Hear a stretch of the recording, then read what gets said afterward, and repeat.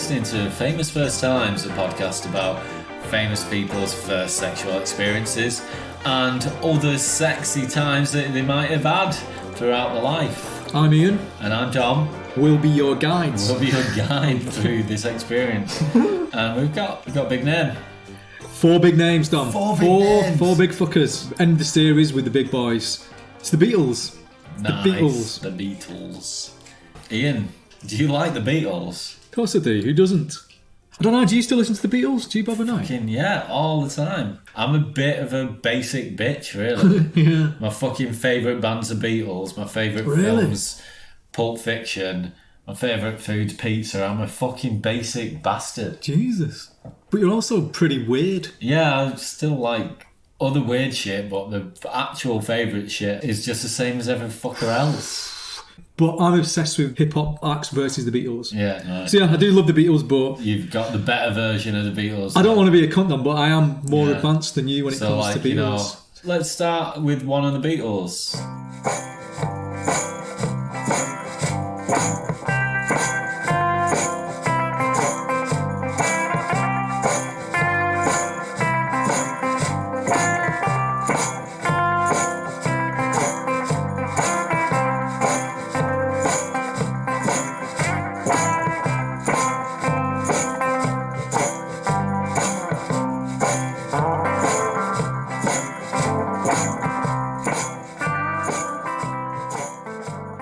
Tell me about one of the Beatles and their dicks, please.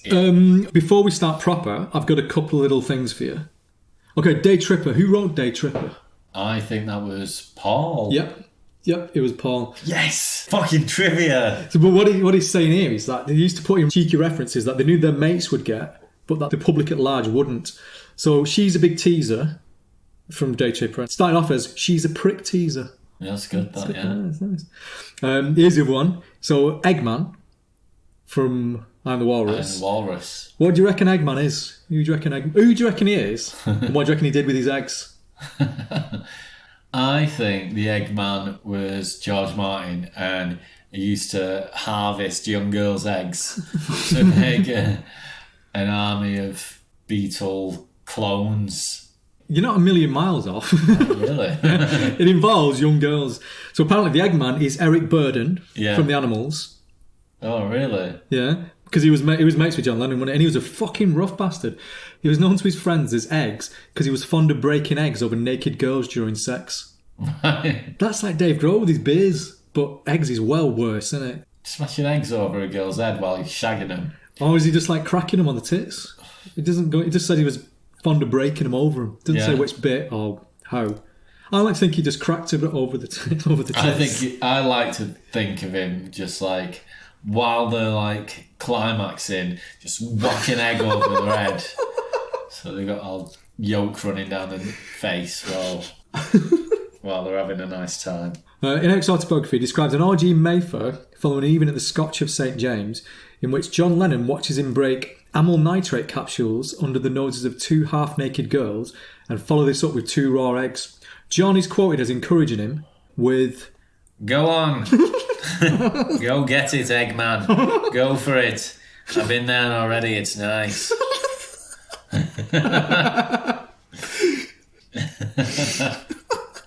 So just every single line means something. Must do. Everything must have some weird meaning, and it's probably a bit rough. Probably dark. Not as childish as we always thought. I thought they were just being like, what's a funny thing to sing about? Let's talk about eggs. They're funny. Okay. But no, it's about people breaking eggs over naked ladies. That's just a little introduction to it all. Who do you want to start with? Name your Beatle. I'm going to go with Sir Paul McCartney. Oh, right. Big one. Is he your favourite Beatle? Paul McCartney, yeah. Why? I think he's got the best tunes. Most of my favourite songs are John songs, but I think Paul wrote more good songs, and I think he's more inventive than John. Yeah, I agree. Paul's my favourite as well. It wasn't when I was a teenager, when I was a kid. It was like all Lennon because he had the edge. When I grew up, heard more about hooks and pop songs. It was Paul all the way. So you're in agreement, Paul's the best Beatle? I think so, yeah. I'd say. Good. Yeah. Like that. We don't often agree. Anyway, first little story. You're going to like this one. This is from All These Years, Volume 1, The Beatles, by Mark Lewis Owen. This is a little story about young Paul McCartney. So he became a teenager in 1955, June. And one day, his mum found a dirty drawing in his shirt pocket. She was always checking his pockets for tickets and shit. Paul was a witty cartoonist, and this was a typically creative piece of work. A scrap of paper that had a clothed woman on the front, but which, when unfolded, showed her gradually disrobing until naked. I can't imagine it. Clothed on the front, open it, bit less clothes, open it a bit more, keep unfolding it, and then it knack at the end. Yeah. Mary was shocked. Mary's his mum. Mary was shocked and offended by such imagery. So when she confronted Paul, he blamed another boy in his class for drawing it. And it says here, a fretful domestic impasse resulted. Paul says, it went 3 days, and my father was called onto the case. No. What's this? That's not Paul McCartney. That's just nasty I stuff. just want to do them all like this. No. Try again. Every single one of them exactly the fucking same. Right, rewind. Do it again. Okay. Do Paul. Paul says, It went 3 days, and my father was called in on the case. He grilled me. I still denied it, and in the end, he broke me down, and I admitted it and cried. Crying away? Making a big fucking deal out of this. I did it. Naughty picture. I'm sorry. I can kind of imagine that just being like, like 13 here, innit? Just being the most embarrassed in the fucking world. Your mum's found you drawing pictures in naked, not even real pictures. I remember drawing, you know, the fucking Muppet Babies. Yeah. I had like an alternate rhyme for the Muppet Babies theme tune. Right. I can't remember what it was, but it had some rude words in it, and it had like vague references to sex, and I drew Miss Piggy with like little tits. No way. And I was so fucking ashamed of it. That, I punched a hole in the back of my wardrobe. Like I made it. I dug a hole through with a knife and stuffed it down the back of my wardrobe so no one could ever find it. You mad cunt. Why? Why did you do it? Why didn't you throw it in bin? Just thought, well, I wanted to keep it because it was fucking amazing. What, you got off on it? Like, you found it sexy? Yeah, I fucking wanked over it every night. Like Miss Piggy with like a fucking 8-year-old's drawing of Miss Piggy with her tits out. Yeah, I wanked over that. Is that what you want me to say? That's what I'm hearing. Well, I never said that. Why did you want to keep it then? You're obviously getting a bit of a thrill off it. That's why you went to all this effort, carving holes in secret holes in the wall. I'd drawn this thing that I'd made up from my own mind. Erotic picture of Miss Piggy. Yeah. She had tits. You can't say it's not erotic. Say it's erotic. Say it was erotic. Say it was erotic picture of Miss Piggy. It was erotic. And I thought it was funny as well. I thought I'd created... It was my first creative thing that I was proud of. I don't remember anything before that I was like, I've done something funny and sexy and weird and I've committed it to paper. It was like... set me up for everything else I've created in my entire life. That is a fucking formative moment, that. It was, and I wanted to keep it because of that. So I like shoved it down the back of my wardrobe through this hole, and like my mum found it like sort of the next week or something because she noticed I fucking punched a hole through the back of my wardrobe. Like, what did she say to you? Didn't say anything, and she just put it in the bin. And that was it. What did you take it out of the bin or did you just let it go? No, that was it. I just like, oh shit, my mum's fucking found that thing. So embarrassed, but like, you know, there was no swears in it. It was pretty PG. So it wasn't that bad, but like, knowing the shame that I felt from that, I can imagine Paul's on drawing these little nudies. Wow. So there you go. Let's get to Paul's virginity. Yes, let's. So Paul managed to lose his virginity while still 15 with a girl named Layla, although others remember as Valerie. And she was a buxom miss who lived just off Mather Avenue. She was babysitting her sister one evening and invited Paul to join her. Paul was cock a hoop and wasted no time boasting about it. But this is a quote from Hunter Davies's book, The Beatles. So this is what Paul said about losing virginity. I got it for the first time at 15. I suppose that was a bit early to get it. I was about the first in my class. She was older and bigger than me. It was at her house. She was supposed to be babysitting while her mum was out. I told everybody at school the next day. Of course, I was a real squealer. Squealer. That makes it sound like he was squealing while he was shagging, doesn't it? Love it! So pretty basic virginity story, but he was 15, kind of young, not mega young. Pretty standard that, nothing too wild, is it? You had to point out that she's bigger than him. Yeah, bigger. That's there's not many details in it. The only detail about her is that she's bigger. Older and bigger. Older and bigger. It makes it seem really... Like it's just a tiny little Paul McCartney. like a Robert Crumb cartoon or something. yeah, it really does. Yeah, anyway, that's pretty normal. There's some fucking wild shit. This is from a 1997 biography of Paul McCartney by Barry Miles called Many Years From Now. And it's regarded as the official biography of McCartney. Loads of interviews with him. So these are his own words. And this is some stuff he said about sex. I used to read books, sex manuals. My mum had this big book called Black's Medical Dictionary. I'd leaf through that and I'd look up sex things. You'd have to go past graphic pictures of terrible operations and forceps on hemorrhoids. Ooh, fucking hell. And people with terrible boils. Ooh, to get to the good bit.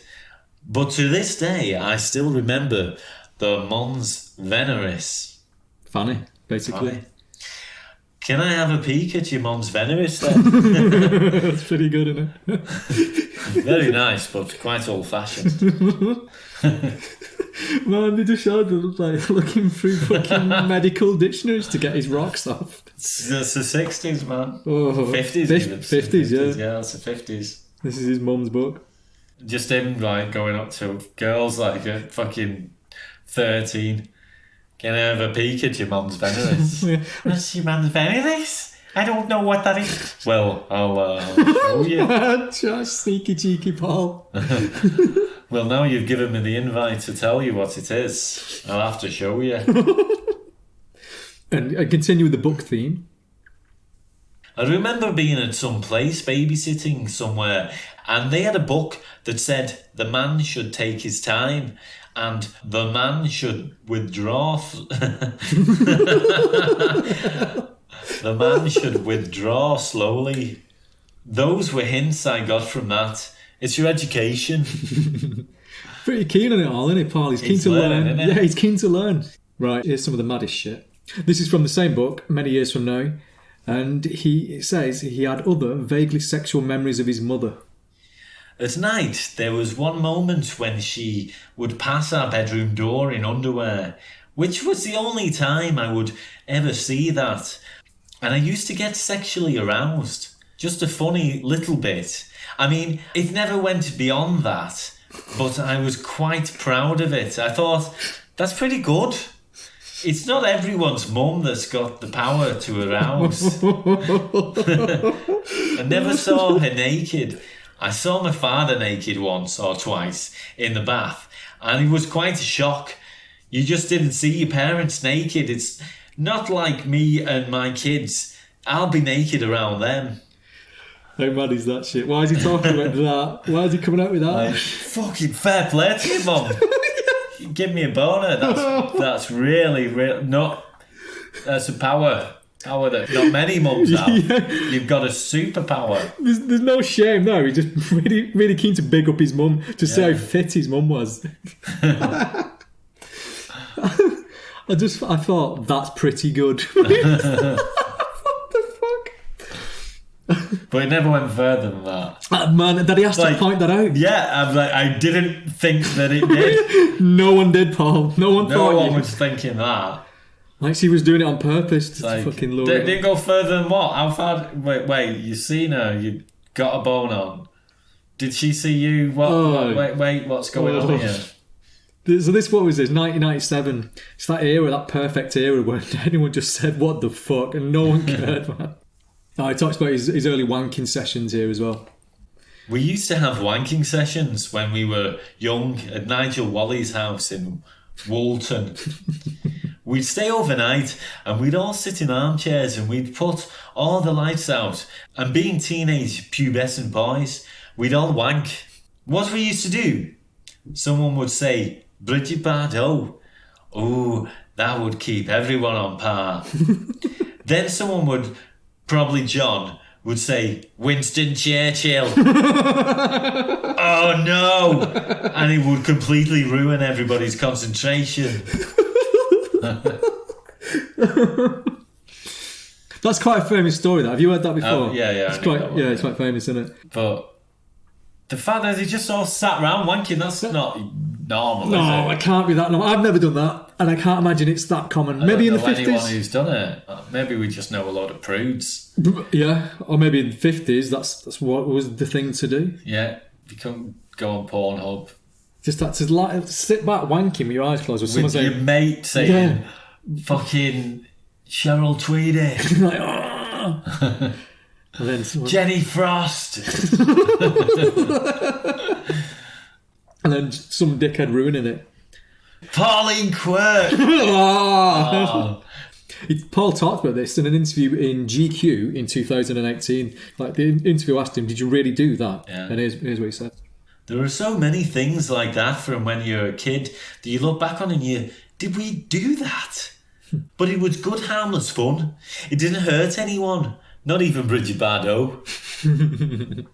Yeah, still not ashamed. Not trying to backpedal over that. He's not ashamed of much, is he, Paul? I didn't think he'd be this. But if you open. listen to interviews, he never expands on anything, hardly ever, and you just have to accept it. Yeah, his whole thing is, but it was good, harmless fun. Whatever happened, it just happened. Yeah. No one can really... That's the Paul McCartney thing, just a shrug with a smile. Shrug with a smile. That's how he made all his music. Yeah, that's his vibe, innit?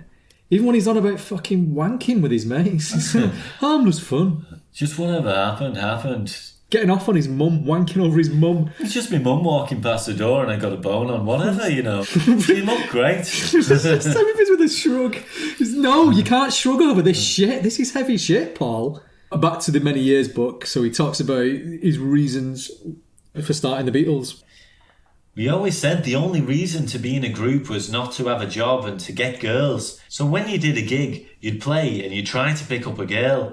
And after the show, maybe, it was a knee trembler, as it's called, in an alleyway round the back of some shed or garage. Classic Britain, innit? Just doing it Classic outside. Liverpool. Why? Oh, yeah. Fucking Tomlinson. Shagging against Classic a shed. knee trembler against a fucking shed. That's the word he used as well, isn't it? Knee trembler. It must be a real Liverpool thing. Yeah. But yeah, just fucking outside.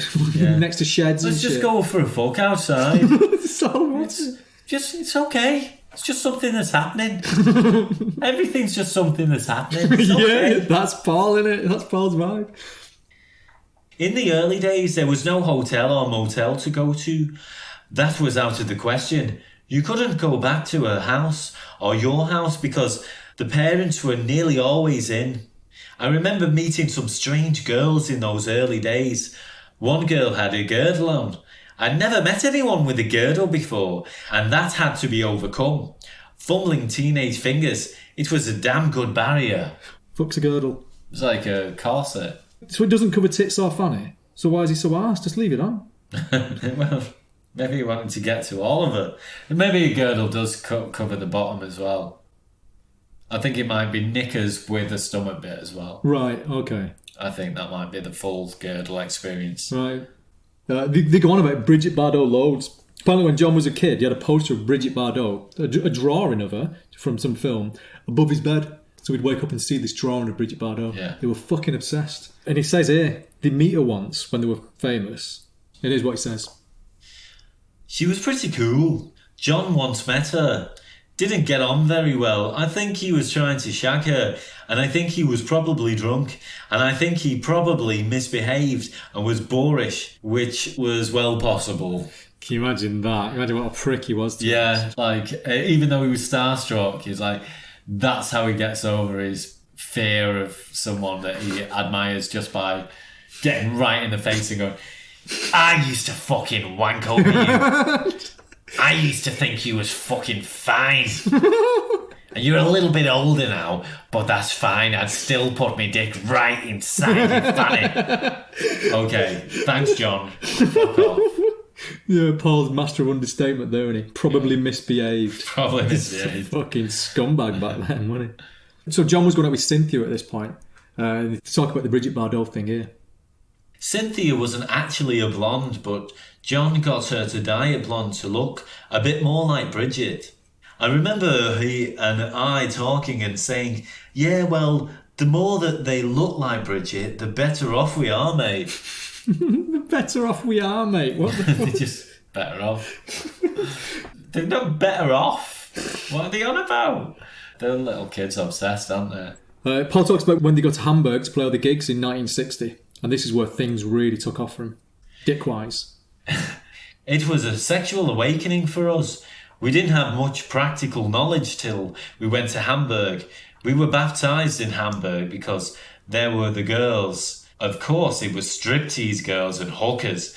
I remember going out with a shortish, dark-haired girl who was quite attractive, but I think she was a stripteaser. She was certainly something professional, and I remember feeling very intimidated in bed with her.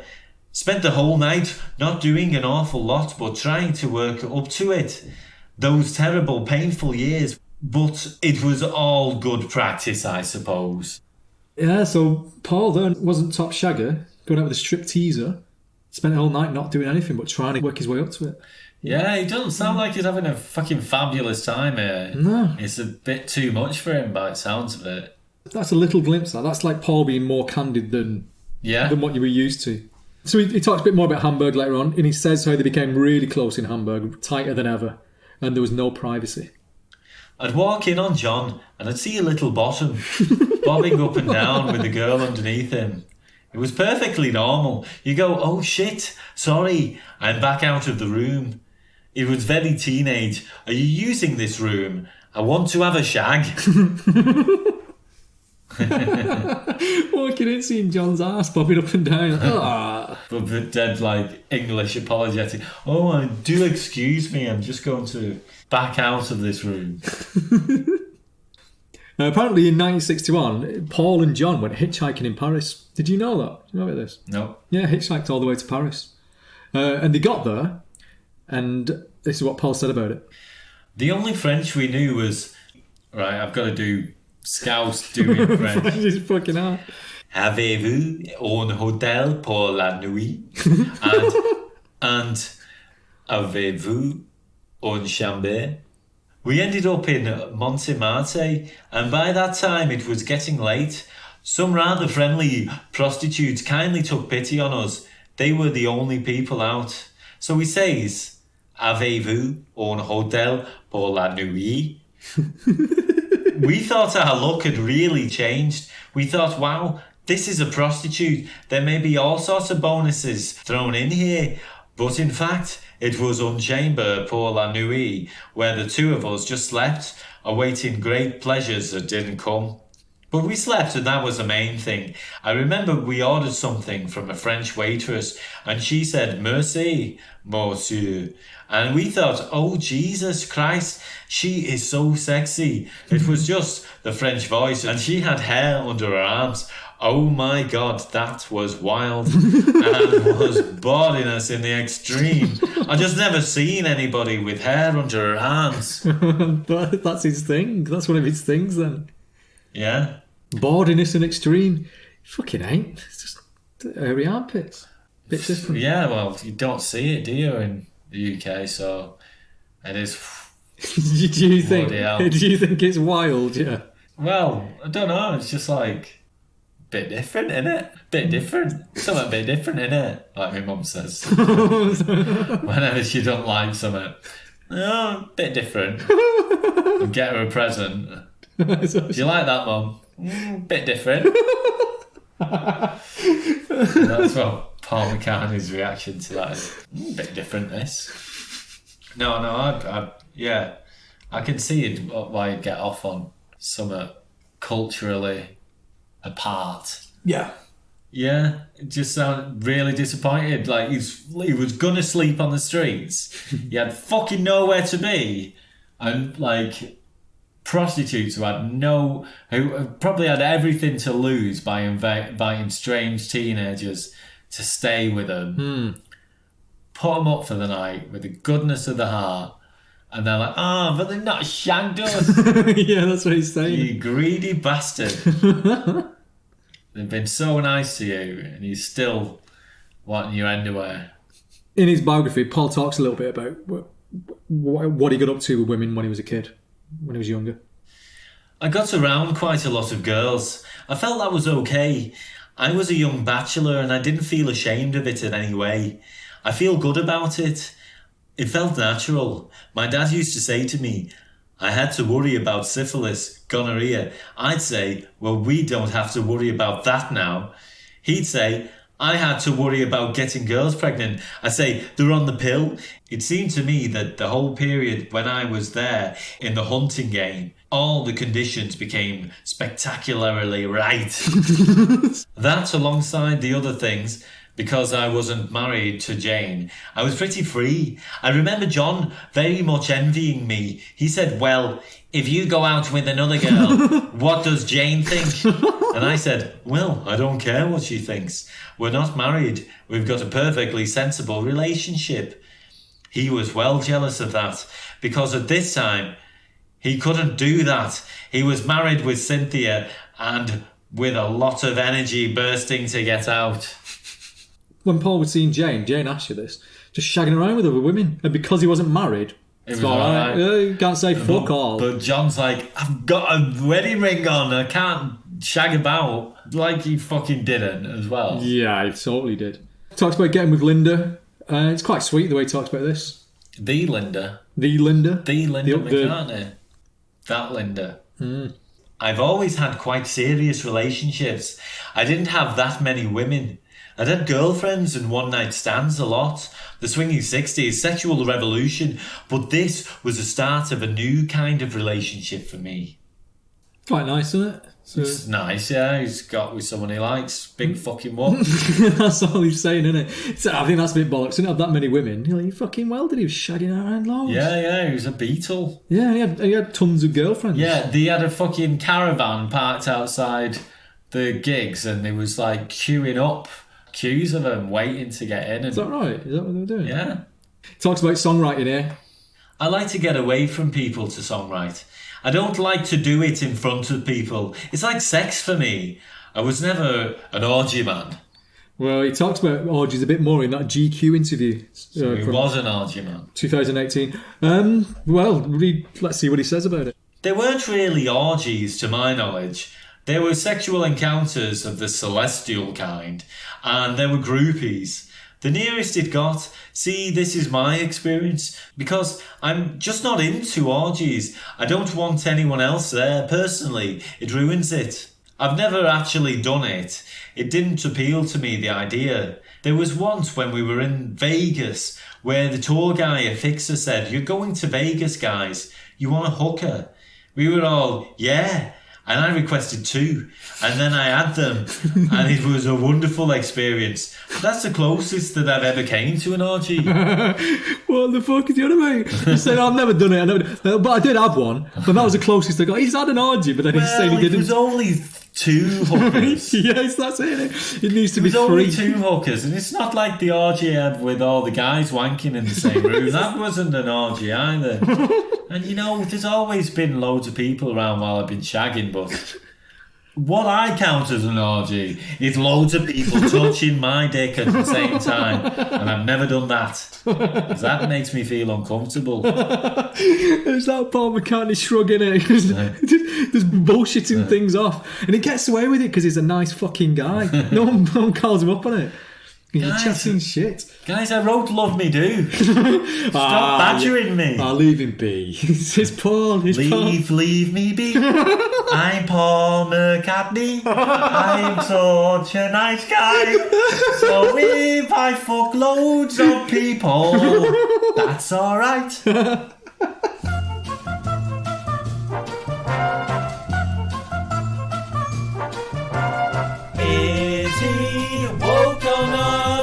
Has he got a mind that's filled with rot? Does he act in inauspicious ways when he's with the ladies? Bad man, should we cancel him? Is he from a time when things were grim? When behaviour wasn't regulated by the righteous online hive mind?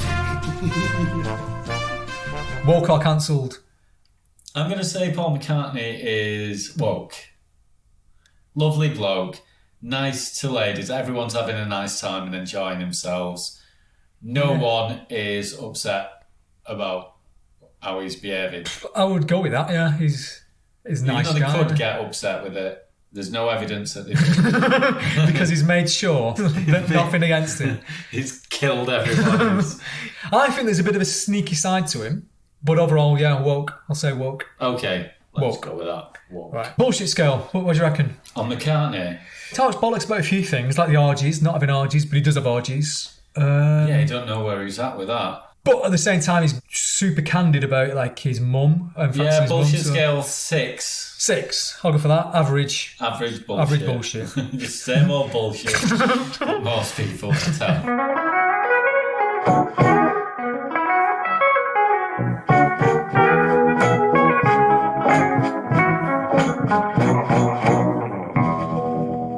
Right. Who do you want to do next then? Who's your second favourite Beatle? Second favourite Beatle is Ringo. Ringo, okay. What do you think of Ringo? He's my second favourite Beatle. What do you think of Ringo's dick? I don't know anything about his dick. Your second favourite dick? I've not got a favourite dick. I've not got a second favourite dick. Don't know what Ringo's dick's like. So there's no dick pecking order. Pecking order. All right. But Ringo is fucking... He's not only my favourite drummer, All right. like, ever. He's my favourite musician ever. What?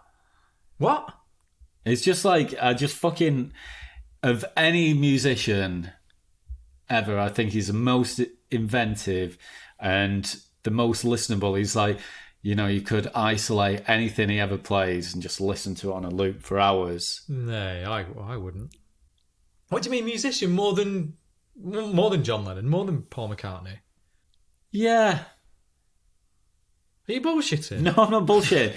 I just think, you know, John Lennon, as a guitarist, he's fucking really, really average. He's quite a good rhythm guitarist. Not as good as Lou Reed. Paul McCartney is one of my favourite musicians. He's definitely my favourite bassist. Who's your favourite guitarist then? Chuck Berry. What about Kurt Cobain? Where would he come in? He can't play guitar. Well, it don't have to be amazing at playing guitar to be your favourite. No, and that's exactly my point. Ringo is not fucking Buddy Rich. He's not fucking John Bonham, but he's more listenable than any of them. Being a great musician isn't massively important, or we'd all be listening to Santana and fucking wank jazz. Clapton. Yeah. Yeah, man. Yeah, wow, that's a mad. I didn't expect to hear that. But yeah, I do regularly search Ringo Starr isolated drums on YouTube and buzz off it, yeah, because it's fucking great. Fucking nerd. I know you said the Beatles are your favourite band, but that's going way too far. Well, I'm just demonstrating how much I like Ringo. How come you can give a fuck about his solo drum tracks and not his dick? Because I've never experienced his dick. Have you ever thought about his dick? Have you ever wondered, daydreamed about his dick? I've wondered. I've daydreamed. But, never really let myself form an opinion. How do you think he treated women? You think he was good with women? Yes. Yes. Is it because he's your I second have favourite nothing to man? base this on, but he seems like a really nice guy. And I imagine he's just really nice to everyone. Yeah. This is going to shatter my opinion of Ringo, innit? I'm not saying anything. There's literally no spoilers. Do you want to have a guess at his virginity story? I think he was just really nice to a lady. And she offered herself to him, and hey, why the heck not? And then went for it. All right, let's dive into the first story. His young thoughts about sex as a young kid. I'd found out about sex at a very early age, twice. Two girls told their mother that I'd had their knickers off and was looking at them and feeling them. This was when I was 8. We were all kids. We were just looking and touching, the natural way of growing up. It was like living on a farm. We had our friend whose sister we could all feel. We wouldn't do anything else. We'd just look at it and feel it and we'll all laugh. Straight out the bash with some fucking wild shit, Ringo. Shit. It was like living on a farm. Just petting animals, but instead of animals, girls' minges. I don't like we had a friend whose sister we could all feel. It's fucking dark. I don't like that. It's so bad, that, isn't it? We just look at it and feel it and all laugh. That's something grim as fuck, innit? It's like, what was this girl thinking? Why could they all... I mean, I'm assuming that she was just like, up for it and everyone was touching each other. He did say they was all touching each other. Yeah. So he was probably getting his bollocks, like, slapped about. Little 8-year-old bollocks being slapped about. The way Ringo portrays it, it was all just good fun. Everyone's having a good time, and it's all really nice. That's all we know, so that's all we got to go off of this, and I think it was all right. Just a bunch of 8-year-old kids touching each other. And laughing. Looking, touching, it was all feeling, good laughing. Fun. Okay, next. Not into that one. Is it already fucking with your Let's idea, just Ringo? fucking keep going. Alright, he's 13 now. And he gets pleurisy. He's in hospital for fucking ages. And it turned into tuberculosis. So he got put in hospital for a year. A full fucking year at 13. The second time I went into hospital, there was Sister Clark and Nurse Edgington. Being 13 or 14, it was puberty for me, and when the nurses would kiss us goodnight, it was all quite frisky. Will you kiss me goodnight, nurse? And I'd get a really good kiss off a lot of them. They were all young. They weren't old anyway. 18 to 20. We had 2 wards separated by a partition, with girls in one ward and boys in the other. There was a lot of hot passion going on. We'd sneak in at night to the girls' ward and fumble around. I'd stand there for hours trying to get a touch of tit.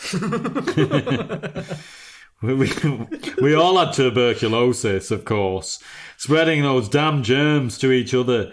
You'd go to the movies and try to get your arm round a girl so you could stretch it down a little and get a feel. Who are these fucking saucy carry-on nurses giving 18-year-old giving little kids kisses? Yeah, really frisky kisses. Yeah.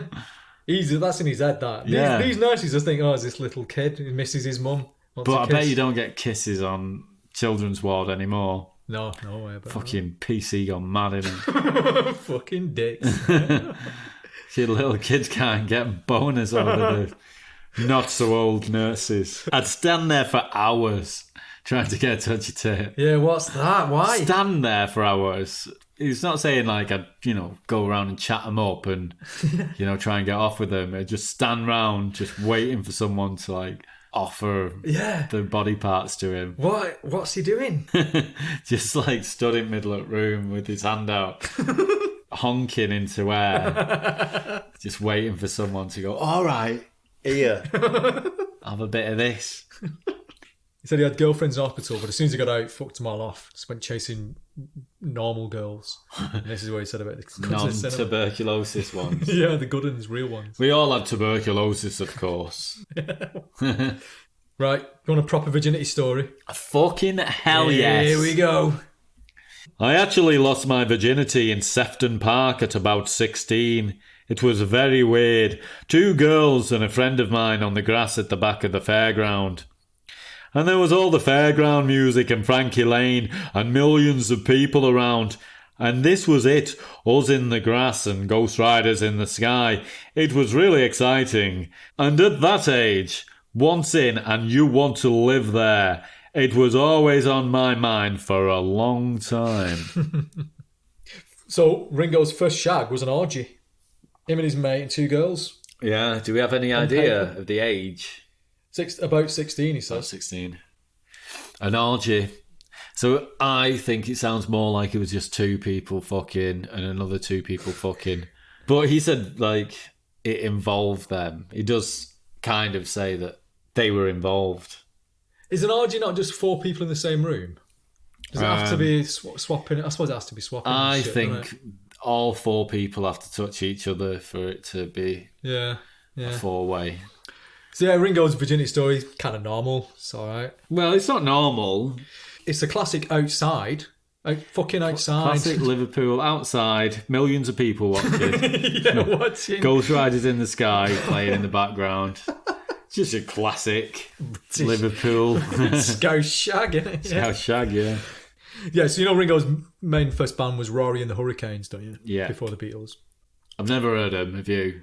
I'm not, I don't know if they recorded much. I don't know if they recorded anything, but no interest in listening to them. This Rory Storm, the frontman, is like a fucking movie star looks, really handsome. And he used to do shit like climb columns 30 foot high. Apparently Like Eddie Vedder. Like Eddie Vedder. Apparently once he climbed this 30-foot column and fell off, smashed his leg up. And he fell through a skylight in Brighton. Eddie wouldn't do that. Eddie had powerful upper body strength. And big meaty thighs. He knew his way around a sky rig. Yeah, this is a story. Ringo in this band, Rory and the Hurricanes, touring up and down the country on the pull. With Rory and the Hurricanes, we played loads of places, up and down the country and even abroad. When we came down to London for a gig, I remember that we went to the Lyceum and no girl would dance with us. As a group, 5 of us would line up and pick one girl and we'd say, "Excuse me, do you want to dance?" And she'd say, "Oh, crazy." And the next one would get the same and I would say, "Excuse me, do you want to dance?" Piss off. The only dance I had that night was the French girl who didn't know any better. That's how it happens. What the fuck's that? That's a good story, isn't it? A line of 5 guys, 5 blokes, asking the same girl for a dance. Like, no. No. Stupid French woman at the end. I don't know any better. Yeah, like she's not all that. I can't say no because I'm French. He did get a fair bit of action with this Rory and the Hurricanes, though. You know, they played Butlins for a few seasons. I know they was fucking bog standard, like, entertainment guys, weren't they? They wasn't, like, edgy. But like I said, this Rory Storms, they're climbing shit, jumping around and stuff. He put on a show. All right, okay. One time they played a swimming pool, and at the end of the final song, he climbed up to the diving board, and as Ringo went, psh, like final thing, dived off it into the pool. Yeah. That's edgy. John Lennon's not going to be doing that. No, John Lennon didn't do that. Let's leave it. All right, okay. Come on. Beatles never played Butlins. Right, all right. So they've got the edge. All right. Between the Butlins criteria. Over Rory and your fucking scaffold climbing fucking... Oh, you've been to like Iggy Pop type shit. I know, but like it's Rory Storm, innit? It's not Iggy Pop. It's some Butlins guy who got you just pissed. think because he's called Rory, he just looks like a gimp. And he don't. I know exactly what cool. he looks like because cool. I've seen the film with like the... Yeah, he was a teddy boy, wasn't he? Blonde teddy boy. Yeah. Oh, blonde teddy boy. Not your bog standard fucking brunette teddy boy. He's a blonde. Right, forget it, right? He's a blonde. I love him. Right, fucking... you can have him. You can have him. I'll have Ringo. Right, here's Ringo and Rory on the pulling Butlins. A new coachload of girls would arrive every week at Butlins, and we'd be like, "Hi, I'm with the band," you know. It was paradise for that. There'd be tears at the end of the week. And then a new coach. In a way, it was part of the attraction of rock and roll.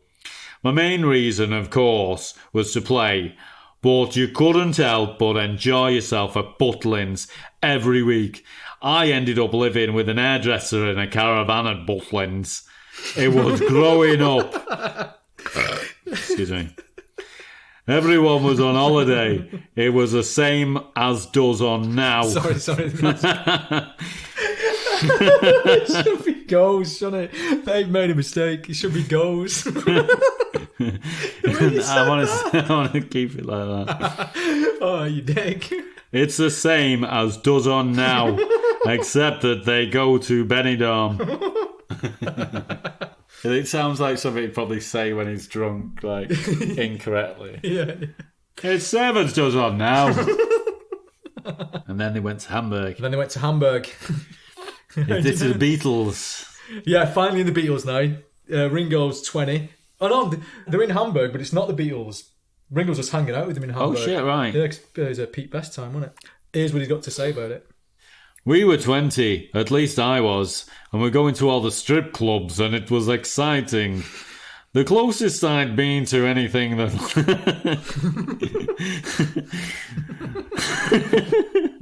The closest I'd been to anything like that in Liverpool was watching Nudes on Ice. Those perspex boxes with naked women in who couldn't move. And suddenly in Germany, it was in your face. I was around all the clubs and we learned to stay up day and night. The fuck's Nudes on Ice? I've never heard of that. That's all they had in Liverpool. Do you know what? I've Googled that as well. The only person who's ever talked about Nudes on Ice is Ringo. It doesn't exist. He's made it up.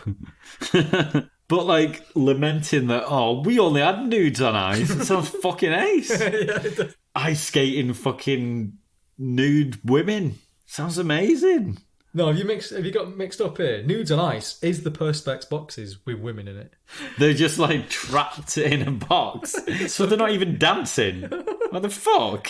Anything on ice, Robocop on ice, just like dancing around with roller skates on, the Shining on ice, just like Shining on Ice. Just any cultural program or film you can put on ice, but you don't put people in perspex boxes. I found that mad, you know. So that's probably obviously in the 50s or even the 40s. And suddenly in Germany it was in your face. Wouldn't it be in your face if they was like nude in a box and they couldn't move? Or are they really far away at a distance and you can hardly see anything? So how big is this arena that they're watching them in? It's like through binoculars. I can't see you. She's too far away. We'll never fucking know because it doesn't exist. Because it's not real. Ringo, if you're listening, do you know tell us about Nudes on Ice. He's saying it as if that's like, oh, fucking sick of Nudes on Ice in Liverpool. Every fucking weekend. We're going watching these ladies in the perspex boxes. Ringo, what are you on about? I've never seen a lady in a perspex box before in my life.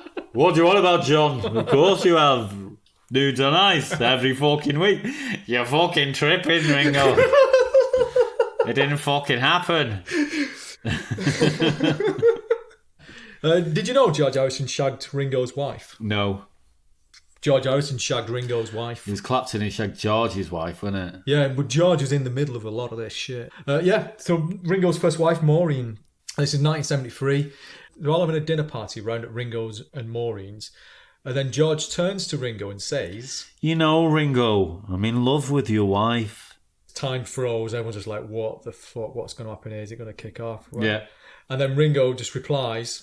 Better you than someone we don't know. George, asked why he'd hit on Ringo's wife, shrugged and said... Incest.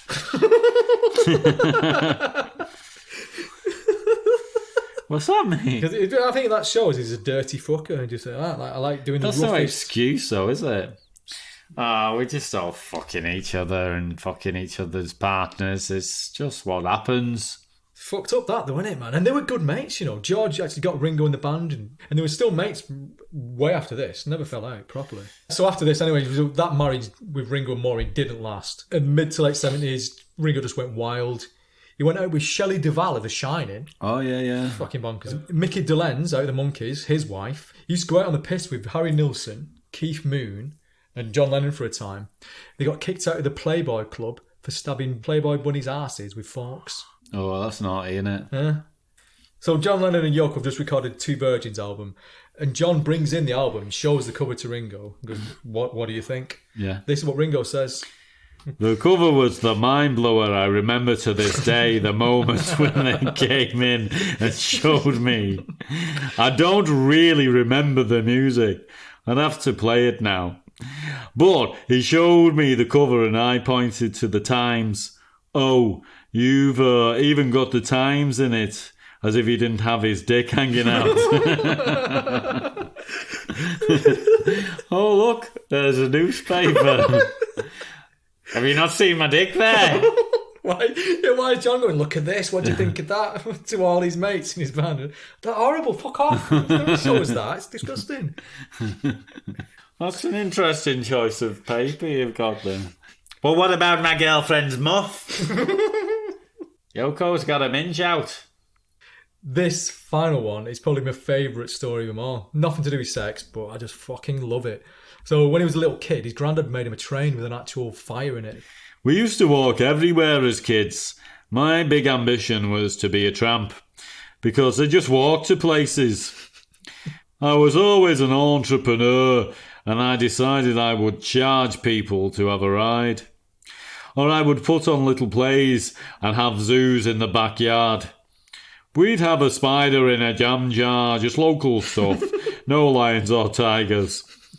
Once we had a dead cheetah's skin from a guy in the Navy. It would cost you half a penny to come in. Fucking Ringo sing. Spider in a jar. Roll up, here we are. Spider in a fucking jar. Some bit of fucking skin.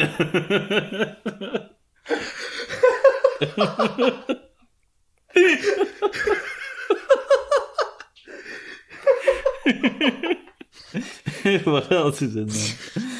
Just local stuff. Just local stuff. Yeah, put on plays as well. That would be fucking awesome to see one of Ringo's plays. I'd go to that zoo. Fuck it. Half a penny. You can't go wrong with half a penny. Yeah. Half a penny entry fee. Let's go. Reopen it. Petition to reopen Ringo Zoo. We're not allowed to send him letters anymore. No. Peace and love. Peace and love. Yeah, all these stories are from the anthology, which was released in 2000, but all the interviews were done in the early 90s. Yeah, bullshit scale, what do you reckon? Oh, it's all true, that, yeah. Yeah? I still like him. This is what I'm going to say, yeah. He's not a cunt, is he? He comes across all right. Yeah, there's a couple of things I'm like, oh, come on, you shouldn't be doing that, but I don't begrudge It's him. forgivable, the stuff he does. Yeah, I think he comes across okay. Yeah. I think he comes across okay, yeah. There's a couple of bits where I was like, oh, right, what are you like? But nothing damning in there, is there? Nothing too bad at all, if no. we're talking woke or cancelled, which we should probably do. Yeah.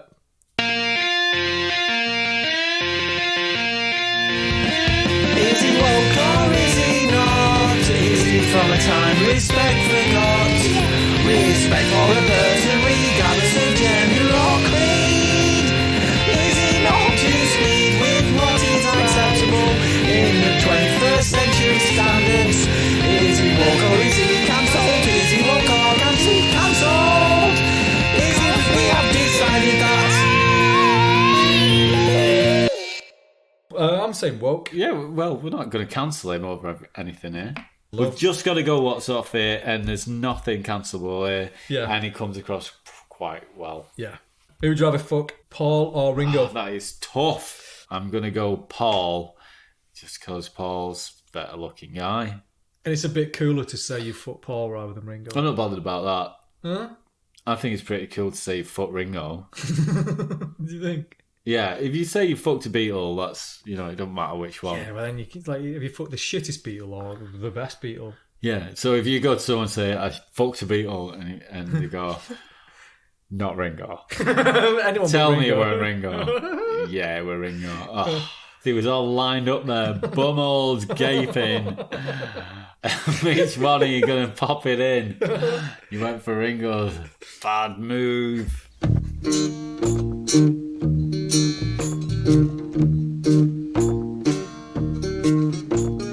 Alright, that's part one done. Part one of the Beatles episode done. Next Thank you time. very much for listening. And you can follow us on Fucking Instagram. Wow, you're on it, on the ball. Totally. Okay, you really, this is it, you're channeling Ringo so well. You've channeled him back to 1981. Yeah, anyway, so Instagram. Facebook, YouTube. Yes, yes, YouTube. Get on that YouTube channel. Everything we've ever done is on YouTube. Screaming. Get to be the 4th listener on YouTube. One of them's got Main thing is to just fucking subscribe on whatever podcasting platform you listen on. And give us a like and a 5-star. Give us a like or a review. Or a 1-star. It doesn't matter. Just do something. Do something. For fuck's sake. Sick of fucking screaming into the void. Show us you're there. Right. Cheers, bye. Thank you. Bye.